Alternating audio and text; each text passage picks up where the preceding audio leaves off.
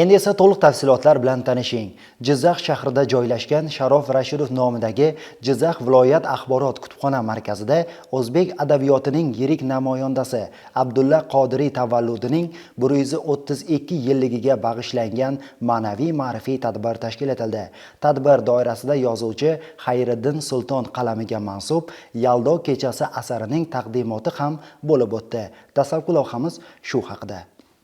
Mazkur adabiy uchrashuvda Nurli Maskan maktab-internati ona tili va adabiyot fani o'qituvchisi Farhod Saparov, O'zbekiston Milliy tiklanish demokratik partiyasi Jizzax viloyat kengashi raisi hamda O'zbekiston Milliy universiteti Jizzax filiali talabalari faol ishtirok etdilar. Tadbir avvalida Farhod Saparov so'zga chiqib, Abdulla Qodiriyning boy ijodiy merosi, uning o'zbek milliy adabiyotidagi beqiyos o'rni haqida atroflicha fikr yuritdi. Ayniqsa adibning mashhur O'tgan kunlar romani misolida o'zbek romanchiligi taraqqiyotiga qo'shgan hissasi alohida ta'kidlab o'tildi. Ushbu asar orqali o'sha davr ijtimoiy hayoti, milliy qadriyatlar va insoniy munosabatlar chuqur badiiy talqin etilgani qayd etildi. Shuningdek, mutasaddilar tomonidan Abdulla Qodiriyning O'tgan kunlar va Mehrobdan chayon romani orqali xalqimizning tarixiy hayoti, urf-odatlari va ijtimoiy muammolarini chuqur yoritib berganligi haqida so'z yuritdi. Tadbir davomida talaba-yoshlar ham faol ishtirok etib, Abdulla Qodiriyning hayoti va ijodi haqida tayyorlagan chiqishlari bilan yig'ilganlarga batafsil ma'lumotlar taqdim etdilar. Bu esa yoshlarning adabiyotga bo'lgan qiziqishi va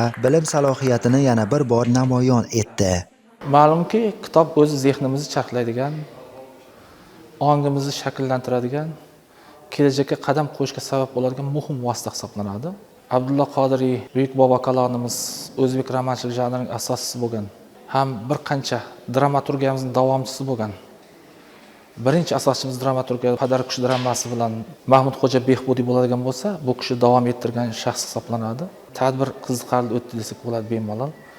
Bunga o'xshagan tadbirlar tez-tez uyushtirishimiz mumkin.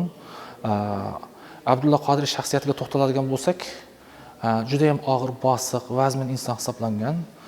Romanlarda ham aks etgan bo'lishi mumkin bu.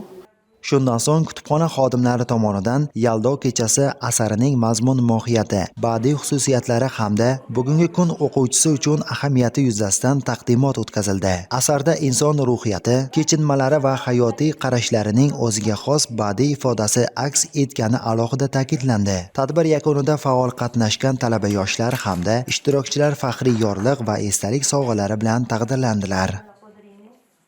Davra uchrashuvida ustozlar tomonidan katta bilimlarga sazovor bo'ldik va bugungi kunda Abdulla Qodiriy tomonidan yozilgan Mehrobdan chayon asariga qisqacha to'xtalib o'tadigan bo'lsam, bu asarda asosiy mazmuni aynan insonlarni dushman o'zimizni ichimizda chiqqanligi hayratga soladi. Aynan dinni niqob sifatida kiyib olishgan hisoblaniladi. Bugungi davra uchrashuvimizda yaxshi savol-javoblar bo'ldi.